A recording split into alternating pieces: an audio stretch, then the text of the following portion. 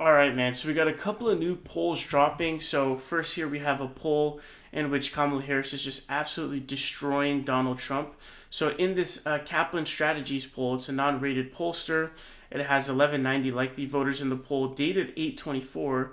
They have Harris polling at 52%, plus 7 against Trump's 45%. So an absolutely massive, massive number in terms of being in this lead. I think this poll might actually be like a +1 of Republican sample. So I know a lot of the Republicans like, oh, it's plus D sample, but absolutely getting destroyed here. And I think 52 to 45. I think this actually ends up being pretty close to what it's going to look like nationally. I feel like Kamala is going to be pretty strong nationally, especially stemming votes, out of those kinds of already blue areas and those kinds of things.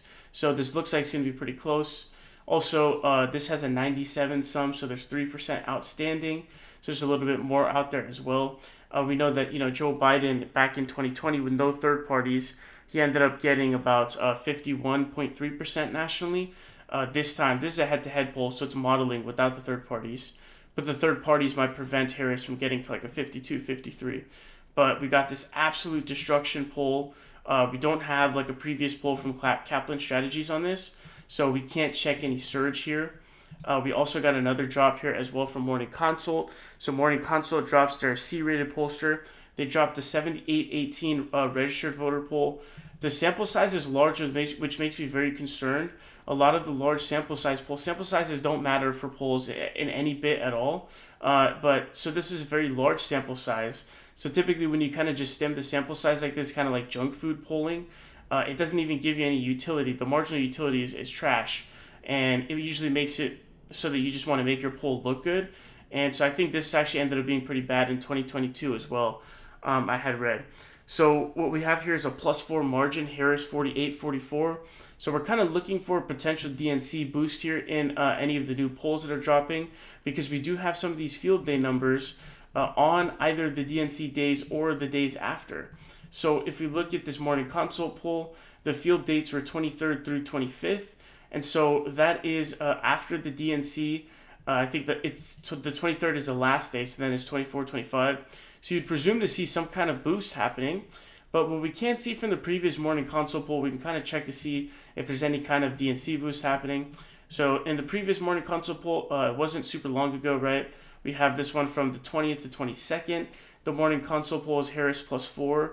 Harris at 48-44, so the numbers are identically the same between the previous poll and the current poll, and this one takes place just prior to that one. And then we also have another Morning Consult poll from the 17th to the 19th, where she's actually +3, 47-44, with 4,000 registered voters. So she's either just gone up 1 point or she's at the exact same numbers pretty much. So there hasn't appeared to have been like much of a DNC boost, if any, so far.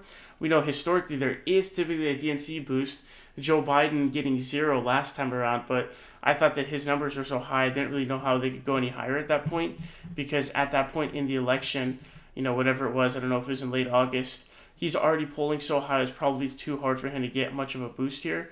I mean, it's pretty much polling almost at like pretty close to those numbers, but we haven't yet seen like this big DNC boost. We saw in that poll we talked about from this Angus Reid poll here, Harris had gone up in her lead, but the last Angus Reid poll was a while ago, so it's likely that the Angus Reid poll, the last one, it was probably just covering other ground other than the DNC. It was probably just covering ground for just generally kind of her surge, right? Because she's been surging ever since Biden dropped out, right? So that's likely what's going on there. But we haven't really seen much of a DNC boost happening as of yet. Hopefully it'll still show up, but as of right now, it hasn't been shown. Now, there's an interesting poll coming out from Echelon Insights. This is a poll that dropped.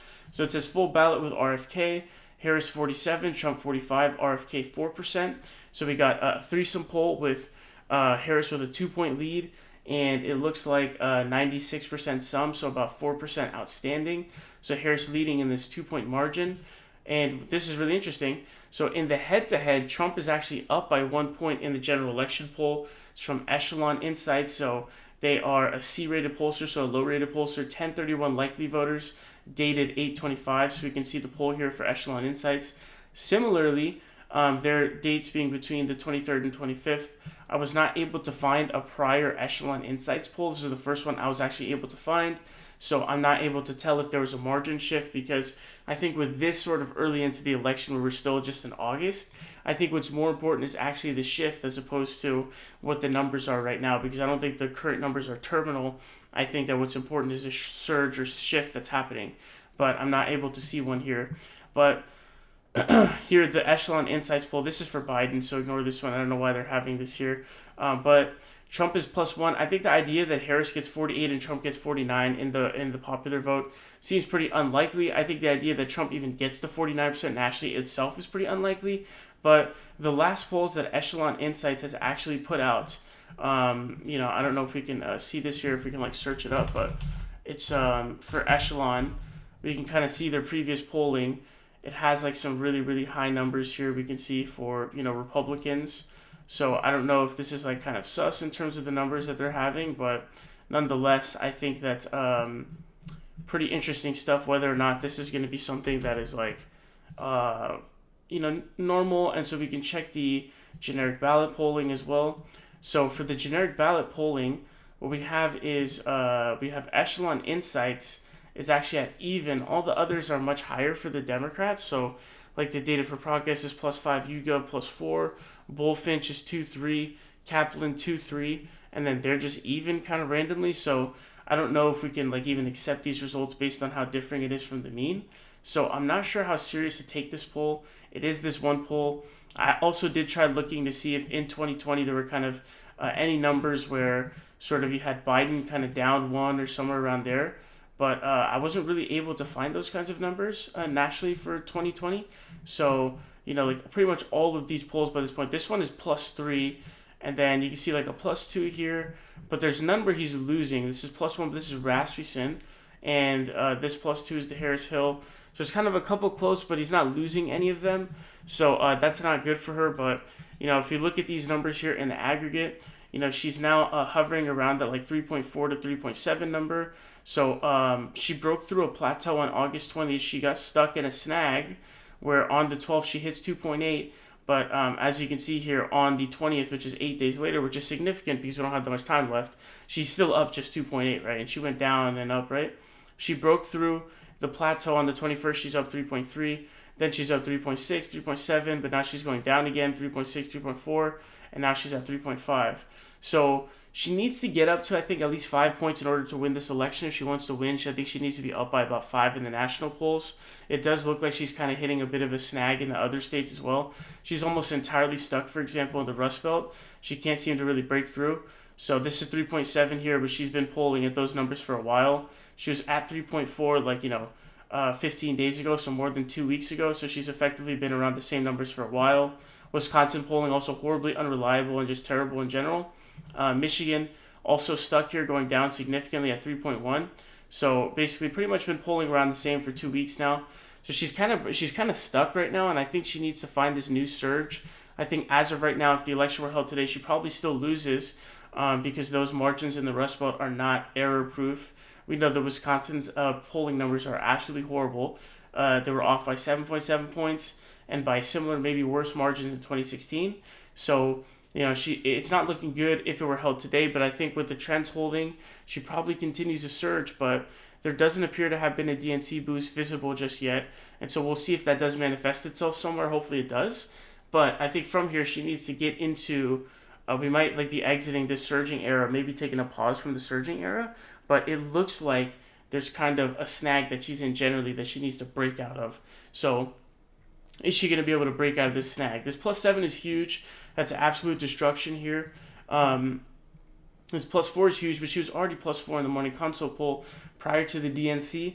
And then she was +3 in the previous poll, which is an increase of 1 point.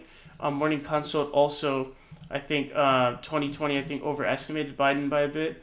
If we take a look here, try to find our poll for the morning consult one. I know they definitely have one. They have Biden +9 nationally in late October, but he ends up only winning by about 5-ish points. So they're off by like 4 points basically. So it'd be like a slight margin win nationally. So yeah. And then the Echelon poll has Trump up 1, which is pretty interesting. So I think Kamala needs to surge harder. Maybe she needs to start doing interviews or something. The debate potentially can help her. But I do think it's time to find a new source of energy for you if you are Kamala Harris, to continue the surge, to continue boosting it, because I think you need to get to very bare minimum in the aggregate. I want to see +5 here, absolute minimum in this area. I want you to go higher, but you need to at least reach that number.